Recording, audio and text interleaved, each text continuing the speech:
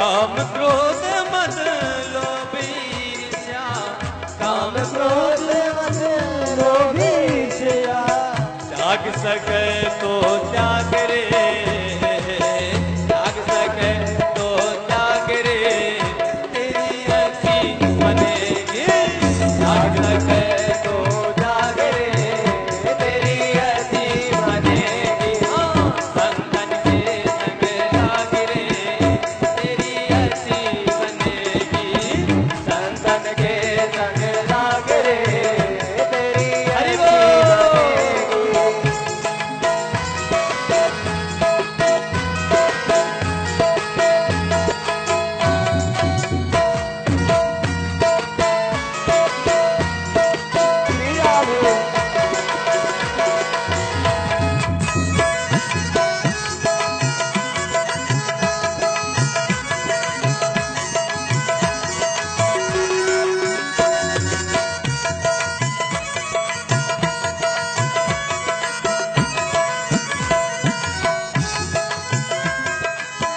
ध्रुव जी की बन गई,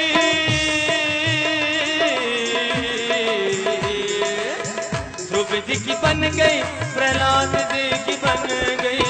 ध्रुव जी की बन गई, प्रहलाद जी की बन गई। ध्रुव जी की बन गई, प्रहलाद जी की बन गई। ध्रुव जी की बन गई, प्रहलाद जी की बन गई। प्रहलाद जी की बन गई, प्रहलाद जी की बन गई। प्रहलाद जी की बन गई, प्रहलाद जी की बन गई। ध्रुव जी की बन गई, प्रहलाद जी की बन गई।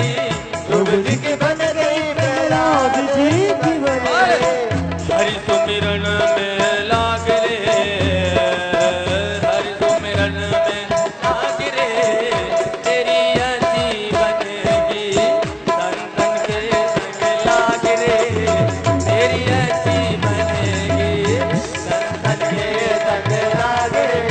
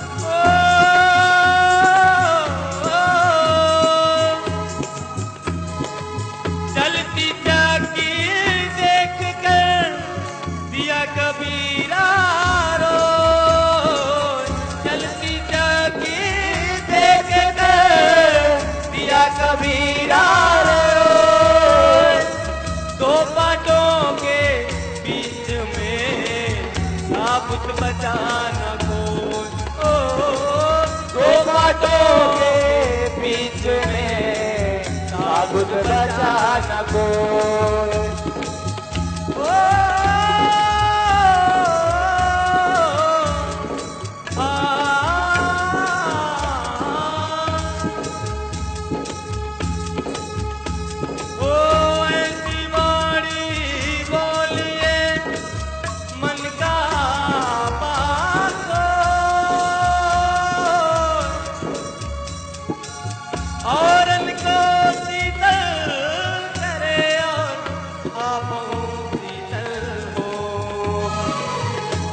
कबीर राम सुमिरन में, कहत कबीर राम सुमिरन में, कहत कबीर राम सुमिरन में, कहत कबीर राम सुमिरन में।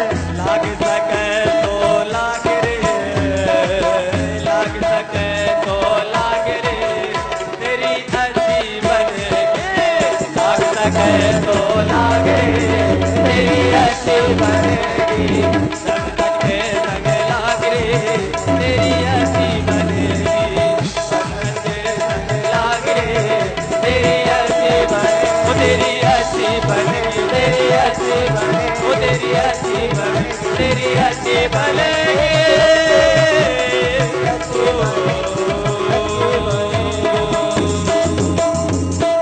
बोल संत भगवान की जय। नारद जी ने कहा, व्यास जी, अगर आप अपने मन को शांत करना चाहते हो फिर तो केवल संतों का साथ ही है जो कि आपके मन को शांत कर सकता है। औरों की कौन कहे, मैं अपना ही दृष्टांत सुना रहा हूँ। पूर्व जन्म में मेरी माँ एक दासी थी, ब्राह्मणों के यहाँ जाकर के दासी का काम किया करती थी। वो ब्राह्मण संत सेवी थे, उनके यहाँ संतों का आना जाना लगा रहता था। एक बार चतुर्मास करने के लिए कुछ संत आए, मैं भी उन संतों के साथ में ही खेलने लग गया, बैठने लग गया। धीरे धीरे 4 मास पूर्ण हुए। मेरे संतों से प्रार्थना की, आप मुझे अपने साथ लेकर के चलो। संत लोग ले जाने के लिए तैयार होने लगे। इतने में मेरी माँ कहने लगी कि आप मेरे पुत्र को मत ले जाओ। क्यों? यही तो मेरी आंखों का सहारा है, बुढ़ापे की लाठी है। यही तो मेरी बुढ़ापे की लाठी है, इसलिए आप इसे मत ले जाओ। तब संतों ने मुझसे कहा, बेटा जब तक माता पिता जिंदा हैं तब तक उन्हीं की सेवा करो, बाद में आकर आराम से जंगल में भजन करते रहना। व्यास जी संत तो ऐसा कहकर चले गए, लेकिन मैं तो भगवान से यही प्रार्थना करता, हे भगवान जल्दी से मेरी मैया को ऊपर उठा ले। लोग मनाते हैं कि हमारे घर वालों की उम्र बढ़े, लेकिन नारद जी कहते हैं, हे भगवान जल्दी से मेरी मैया को ऊपर उठा ले। धीरे धीरे भगवान ने मेरी प्रार्थना सुन ली। एक बार की बात है, मेरी मैया एकदा निर्गताम गेहा दुहंतिम निशिगाम पथि, रात्रि के समय जा रही थी, जाकर के गाय दोहने के लिए जा रही थी। एक सर्प के ऊपर पैर पड़ा, सर्प ने काट लिया। मेरी माँ भगवान को प्यारी हो गई। व्यास जी उस समय मेरी आंख से 2 प्रकार के आंसू निकले, एक आंख से ठंडे और दूसरी आंख से गर्म। दुख के आंसू हमेशा गर्म होते हैं और सुख के आंसू हमेशा ठंडे होते हैं। इसलिए व्यास जी मुझे दुख भी हो रहा था और सुख भी हो रहा था। दुख तो इस बात का था कि मेरी मां मर गई, और सुख भी इसी बात का था कि मेरी मां मर गई। अब मुझे कोई भी रोकने वाला नहीं है, मैं जंगल में जाकर के भजन करने लग जाऊंगा। व्यास जी मैं ऐसा विचार करके जंगल में आया, वहीं पर संतों के दिए हुए मंत्र को दोहराने लग गया। धीरे धीरे उस मंत्र के प्रभाव से भगवान ने एक बार मुझे अपनी अलौकिक झांकी का दर्शन कराया। मैं उस झांकी का दर्शन करके भी तृप्त हुआ नहीं था, इतने में वो झांकी गायब हो गई। अब मैं व्याकुल हो गया। जिस प्रकार से एक मणिधर सर्प की मणि छिन जाए तब वो व्याकुल हो जाता है, उसी प्रकार मैं व्याकुल हो गया। आकाशवाणी हुई है, अभी तुम कच्चे हो। मैं अध कचरों को दर्शन नहीं देता। अविपक्व कसायाणाम दुर्दर्शो हम कुयोगिनाम। मैं अध कचरों को दर्शन नहीं देता। यदि तुम चाहते हो कि तुम्हें मेरे दर्शन प्राप्त हो तो थोड़ा भजन बढ़ाओ। नारद जी ने कहा, यदि दर्शन देना नहीं था तो फिर गुड़ दिखा करके लालायित क्यों किया? यदि गुड़ खिलाने ही नहीं है तो फिर गुड़ दिखा करके लालायित क्यों किया? भगवान ने कहा, इसलिए जिससे आपकी इच्छा और अधिक बढ़ जाए, आपका मन अधिक भजन में लग जाए। ऐसा कह करके आकाशवाणी चुप हो गई है। धीरे धीरे नारद जी ने अपना भजन और बढ़ाया है। कुछ समय के पश्चात नारद जी का पूर्व शरीर छूट गया और नारद जी कहते हैं, व्यास जी, इस जन्म में मैं ब्रह्मा जी का मानस पुत्र होकर के आपके सामने प्रकट हुआ हूँ। मेरे हाथ में ये जो वीणा देख रहे हो ना, ये वीणा कोई साधारण वीणा नहीं है। फिर बोले, देव दत्ता मिमाम वीणाम स्वर ब्रह्म विभूषिताम मूर्छ इत्वा हरि कथाम गायमानश्चराम्य हम। मेरी यह वीणा कोई साधारण वीणा नहीं, बल्कि भगवान विष्णु के द्वारा प्रदत्त वीणा है। यह वीणा जगत जननी माता लक्ष्मी की है। मैं इस वीणा से निरंतर भगवान का संकीर्तन करता रहता हूँ। और व्यास जी, यह वीणा तो हम सभी के पास में है। बोले, महाराज, हमारे पास तो कोई वीणा नहीं है। तब कहते हैं, यह जो हमारा आपका कंठ है ना, यह कंठ ही उस वीणा के समान है। और इस कंठ में हम लोग जो राग अलापते हैं, जो कीर्तन करते हैं, वही इस वीणा के तार हैं। इसलिए सभी को भगवान का संकीर्तन करना चाहिए। आज इसी वीणा के माध्यम से मैं किसी को भी कहीं पर भी भगवान के दर्शन करा सकता हूँ।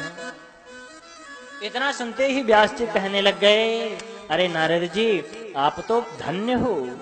अहो देवर्षिर धन्योयम यत कीर्तिम सारंग धन्वनः गायन माद्यन निदम तंत्या रमयत्या तुरम जगतः। हे नारद जी, आप धन्य हो, क्योंकि आप हमेशा संतों का, जीवों का कल्याण करते रहते हो। नारद जी वहां से चले गए। श्री सूत जी कहते हैं, नारद जी ने व्यास जी को चतुश्लोकी भागवत का उपदेश दिया था। व्यास जी ने उसी भागवत को 18,000 श्लोकों में परिणत कर दिया। एक बात ध्यान देना, प्राचीन प्रतियों में 18,000 श्लोक थे, लेकिन आज के प्रतियों में 18,000 श्लोक नहीं हैं। कभी भी गिनती कर लेना, 14,000 से कुछ आसपास में श्लोक हैं। पूरे 18,000 श्लोक नहीं है। प्राचीन प्रतियों में थे, लेकिन आज केवल 14,000 श्लोक शेष रह गए हैं। 4,000 श्लोक कहीं गायब हो गए। भागवत जी को 18,000 श्लोकों में व्यास जी ने परिणित किया है। और फिर अपने ही पुत्र सुखदेव को जंगल से बुलाकर ससंहिताम भागवतीम कृत्वा नुक्रम्य चात्मजाम सुखमध्यापयामास निवृत्ति निरतम मुनिः। अपने निवृत्ति परायण पुत्र सुखदेव को इसी भागवत का अध्ययन कराया। और सुखदेव जी ने यह भागवत परीक्षित जी को सुनाई है। श्री सूत जी से सौनकादि ऋषियों ने पूछा, महाराज, ये परीक्षित कौन है? तब श्री सूत जी कहते हैं, राजन, परीक्षितोथ राजर्षिर जन्म कर्म विलापनम। राजा परीक्षित का जन्म और कर्म दोनों ही अलौकिक है। जब कौरवों का विनाश हो गया, कौरवों की 7 अक्षौहिणी सेना समाप्त हो गई। कौरवों की 11 और पांडवों की 7 अक्षौहिणी सेना समाप्त हो गई। कौरव 100 भाई, 100 के 100 मारे गए। पांडव 5 भाई, 5 के 5 जिंदा हैं। आज भीम ने गदा युद्ध के माध्यम से दुर्योधन की जंघा को तोड़ दिया। यदा मृधे कौरव संजयानाम वीरेश्वथो वीर गतिम गतेषु ब्रकोदरा विद्ध गदाभिमर्श भगनोरुदंडे धृतराष्ट्र पुत्रे। धृतराष्ट्र पुत्र की जंघा को तोड़ दिया है। दुर्योधन बिलख रहा था, उसकी मृत्यु नहीं हो रही थी। उसी समय अश्वत्थामा, कृतवर्मा और कृपाचार्य आए हैं।